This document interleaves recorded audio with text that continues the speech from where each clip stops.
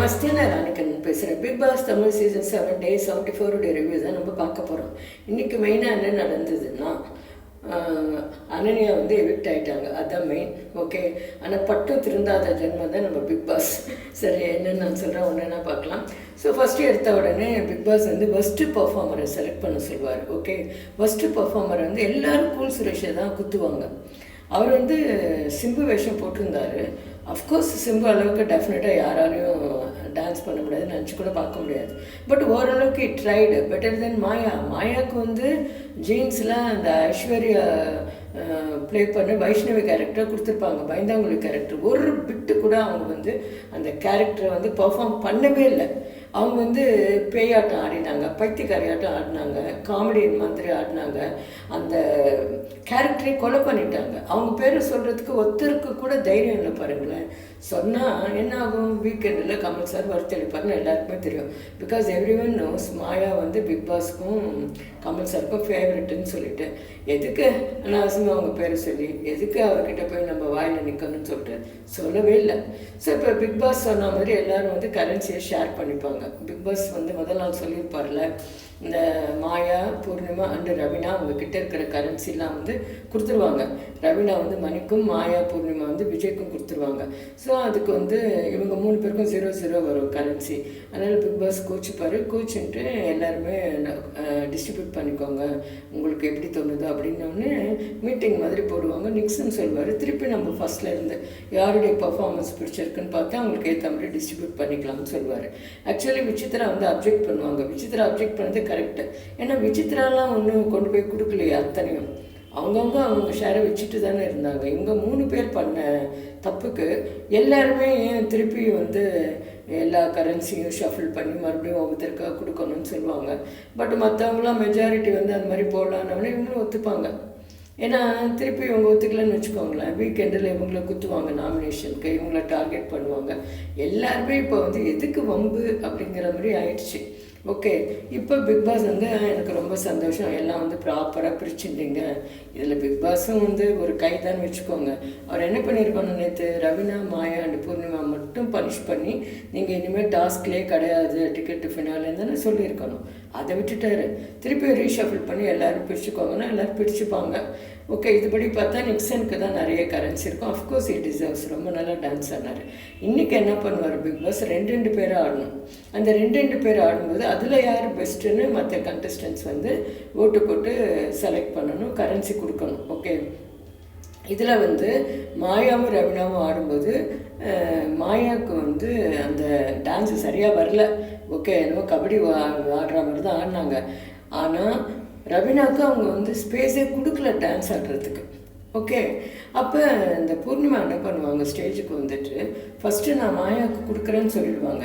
அதுக்கப்புறம் நான் என் ஜட்ஜ்மெண்ட்டை மாற்றிக்கிறேன்னு சொல்லிட்டு ரவீனாவுக்கு டான்ஸ் ஆட மாயா ஸ்பேஸ் கொடுக்கவே இல்லை. அதனால நான் திருப்பி என்னுடைய ஓட்டை நான் ரவீனாவுக்கு கொடுக்குறேன்னு சொல்லிடுவாங்க. ஓகே, இது மாயாவுக்கு கோவம் வந்துடும். அவங்க சொல்லுவாங்க, நீங்கள் டைரெக்டாக ரவீனா பேரை சொல்ல வேண்டியதானே, எனக்கு சப்போர்ட் பண்ணுற மாதிரி சப்போர்ட் பண்ணி, அதுக்கப்புறம் எதுக்கு நீங்கள் நான் ஸ்பேஸ் கொடுக்கலன்னு பாயிண்ட் அவுட் பண்ணி, அதுக்கப்புறம் எதுக்கு நீங்கள் ரவீனாவுக்கு கொடுத்தீங்க அப்படிங்கிற மாதிரி அவங்க டார்ச்சர் பண்ணிவிடுவாங்க பூர்ணிமாவை. பூர்ணிமா என்னங்க எனக்கு வாய்ஸ் அவுட் பண்ணுறதுக்கு உரிமை இல்லையான்னு. அவங்க உரிமை இருக்குது, ஆனால் நீங்கள் டிசைன் பண்ணது எப்படி இருந்ததுன்னா, எனக்கு நீங்கள் ரவீனாவுக்கு ஓட்டு போட்டது பிடிக்கலங்கிற மாதிரி கொண்டு போயிட்டீங்கன்னு மாயா சார்ஜ் பண்ணுவாங்க. பூர்ணிமா வேறு வழியே இல்லாமல் சாரி சொல்லிட்டு போயிடுவாங்க.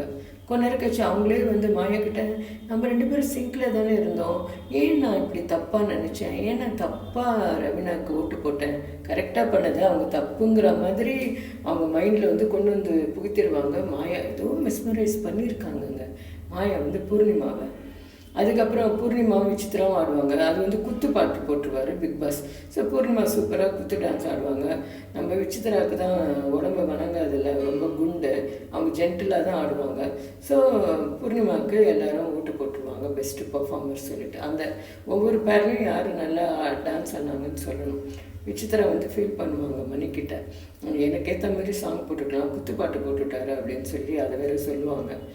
என்ன பண்ணுறது, டாஸ்க்குன்னு வந்தால் எது கொடுத்தாலும் அக்செப்ட் பண்ணிட்டு தானே போகணும்.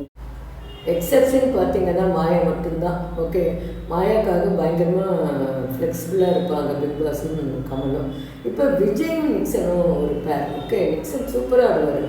விஜய் வந்து டான்ஸர் ப்ரொஃபஷ்னலி. ஓகே, அவர் வந்து நிக்சனுக்கு நல்ல ஸ்பேஸ் கொடுத்தாரு. அவர் விட்டு கொடுத்தா மாதிரி தான் இருந்தது விஜய்க்கு. ஸோ அதெல்லாம் வந்து மெக்னானிமஸ் தான். ஃபஸ்ட்டு அவர் வந்து எடிட்டாகிறதுக்கு முன்னே எவ்வளோ அப்யூசிவாக இருந்தாரோ அதுக்கு அப்படியே ஆப்போசிட்டாக மாதிரி காமன் கம்போஸ்டாக இருக்கார். அதை வந்து எல்லாருமே வந்து அப்ரிஷியேட் பண்ணுவாங்க. ஓகே, இப்போ 3 பெஸ்ட்டு கண்டஸ்டன்ஸை செலக்ட் பண்ணணும் இந்த டாஸ்கில். நிக்சன் தான் வந்து நிறைய கரன்சி வச்சுருப்பார், பிக் பாஸ் கரன்சி. ஸோ அவர் வந்து பெஸ்ட்டு டான்ஸரும் செலக்ட் ஆகிடுவார். மீதி 2 பேரை வந்து இவங்க எல்லோரும் சேர்ந்து செலக்ட் பண்ணணும். எல்லாருமே யுனானிமஸாக அர்ச்சனா அந்த தினேஷ்க்கு போடுவாங்க. நிஜமாகவே அர்ச்சனா வந்து அந்த திமிரு படத்தில் ஒரு ஈஸ்வரி கேரக்டராகவே வாழ்ந்துட்டாங்க. ஃபுல் டான்ஸ் பண்ணும்போது மட்டும் இல்லை, அந்த வீட்டுக்குள்ளே இந்த 1.5 நாள் அவங்க ஃபுல்லாக ஈஸ்வரியாகவே தான் வாழ்ந்தாங்க. தினேஷ் வந்து பழைய அப்பாவாக ரஜினி கேரக்டர் சூப்பராக பண்ணார். எந்த வாய் மாயா தான் சொல்கிறேன், இது வந்து டோரா புஜி மாதிரி இருக்குதுன்னு சொல்லிட்டோ அதே வாய் வந்து இன்றைக்கி வந்து தினேஷ் பெஸ்ட்டுன்னு சொல்லிட்டு எல்லாருமே வந்து யுனானிமஸாக அர்ச்சனா அண்ட் தினேஷை செலக்ட் பண்ணுவாங்க. ஆனால் அர்ச்சனா வந்து டிக்கெட் டு ஃபினாலே பார்ட்டிசிபேட் பண்ண முடியாது. ஏன்னா ஏற்கனவே வந்து எல்லா கண்டஸ்டன்ஸும் சேர்ந்து இந்த டாஸ்கெலாம் ஆரம்பிக்கிறதுக்கு முன்னே அர்ச்சனாவையும் விஜயும் செலக்ட் பண்ணியிருப்பாங்க. ஓகே, டிக்கெட் ஃபினாலில் ஆடக்கூடாதுன்னு சொல்லிட்டு. இப்போ பிக் பாஸ் என்ன சொல்வார், அர்ச்சனாவுக்கு ஒரு பாயிண்ட் கிடைச்சதுனால இந்த ஒரு பாயிண்ட்டை யாருக்காவது கொடுங்கன்னு சொல்லிடுவார். அவங்க என்ன தெரியுமா பண்ணுவாங்க, பூர்ணிமாவுக்கு கொடுத்துருவாங்க. பூர்ணிமாவுக்கு கொடுத்தது தப்பு இல்லை, ஆனால் எதை வச்சு கொடுக்கணும், இந்த மராத்தான் டான்ஸில் யார் நல்லா பார்ட்டிசிபேட் பண்ணாங்களோ அந்த கேரக்டராகவே யார் வாழ்ந்தாங்களோ அவங்களுக்கு தான் கொடுக்கணும். அதை வச்சு தானே இப்போ அர்ச்சனாவை வந்து மற்ற கண்டஸ்டன்ட் செலக்ட் பண்ணாங்க.